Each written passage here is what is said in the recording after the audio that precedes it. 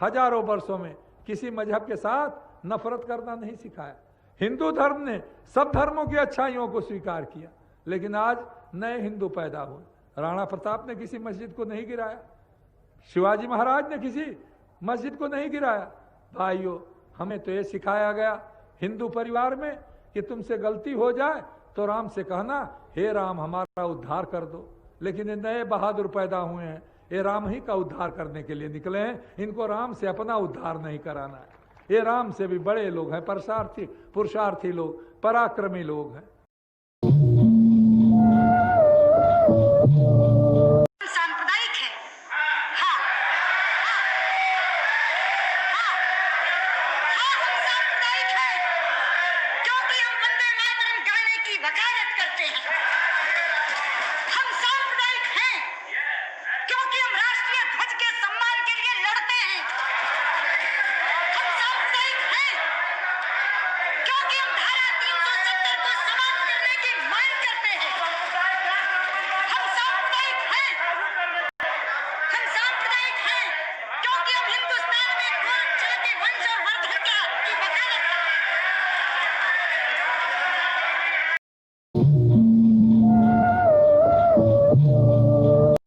Secularism के नाम पे इस देश में जो पॉलिसीज हुई हैं, जो एक सोच इंटेलेक्चुअल काम किया गया है और जो पॉलिटिक्स हुई है, वो पाखंड है। आपको पता है, सच ये है कि यहाँ पे भारत में मुसलमानों का, सिर्फ मुसलमानों का नहीं, क्रिश्चियन का, ईसाई का, सिखों का, इनकी क्लर्जी, इनके जो ठेकेदार थे, उनका तुष्टीकरण किया और समाज की ऐसी तैसी की गई।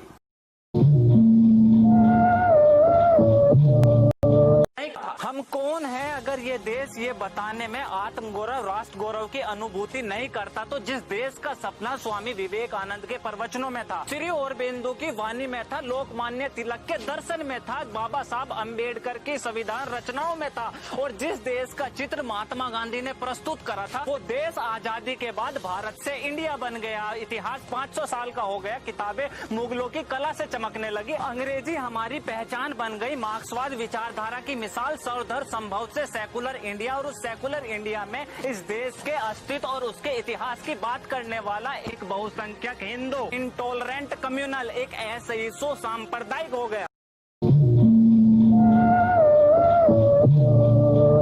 दूसरा, डेमोक्रेसी का मतलब मेजॉरिटी का राज इस मायने में नहीं होता कि जन से जो मेजॉरिटी है वो डेमोक्रेसी का मतलब नहीं होता। डेमोक्रेसी में मेजॉरिटी का राज होता है बशर्ते मैं उस मेजॉरिटी का हिस्सा बन सकूं कभी ना कभी। ओपिनियंस की मेजॉरिटी होती है। अगर जन्मजात मेजॉरिटी का राज डेमोक्रेसी होने लग जाए तो भाई फिर मैं क्यों उसमें हिस्सा लूं?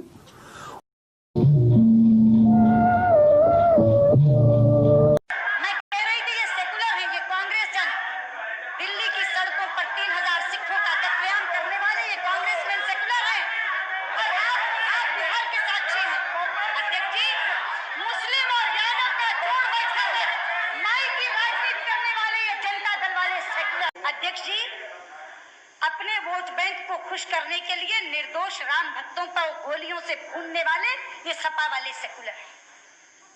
चकमा शरणार्थियों को भगाने वाले और घुसपैठियों को बचाने की वकालत करने वाले ये वामपंथी सेकुलर हैं।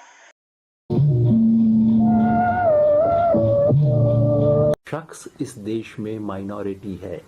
अगर मुंबई में हिंदी स्पीकर्स के अगेंस्ट दंगा होता है तो उनका हिंदू होना, उनका हिंदी स्पीकर होने का कोई मायने नहीं है। आप इस देश में कोई व्यक्ति नहीं है जो देश में मेजॉरिटी हो, प्रदेश में मेजॉरिटी हो, शहर में मेजॉरिटी हो, गली में मेजॉरिटी हो, धर्म के नाते मेजॉरिटी हो, जाति के नाते मेजॉरिटी हो, भाषा के नाते मेजॉरिटी हो। जिसका मतलब है इस देश में सब तरह के दंगे हुए हैं। तो सेकुलरिज्म हर व्यक्ति को बचाने का प्रिंसिपल। ओके, तक नहीं होते। जिस तरह से भेड़िया भेड़ की खाल में छुपा होता है ना, उसी तरह से जिहादी एजेंडा वाले लोग जो है सेक्युलरिज्म की खाल में छुपे हुए हैं। हिंदुओं को ये सेक्युलरिज्म सिखाते हैं, मतलब रिवर्स साइकोलॉजी की भी हद होती है। जो रिलीजन ना कि हमें सिर्फ मानव से प्रेम करना सिखाता है, हर धर्म का सम्मान करना सिखाता है, जीव जंतु, पशु पक्षी, पेड़ पौधे, ग्रह, ब्रह्मांड, वायुमंडल, हर चीज की हमें पूजा करना सिखाता है, उन्हें सेक्युलरिज्म सिखाते हैं। जातिवाद और सांप्रदायिकता से ऊपर उठना और हर उस चीज को छोड़ना जो हमें आपस में बांटती हो। गुजरात में हाल की भयानक सांप्रदायिक हिंसा का विस्फोट ऐसा ही है, एक दुर्भाग्यपूर्ण प्रकरण। एक सभ्य समाज में इसके लिए कोई स्थान नहीं हो सकता।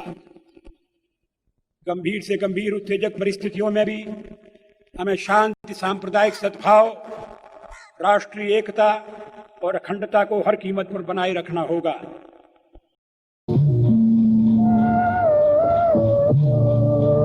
तो मैं हमेशा कहता हूं कि मेरे लिए सेक्युलरिज्म मीन्स इंडिया फर्स्ट, मेरा भारत सबसे पहले।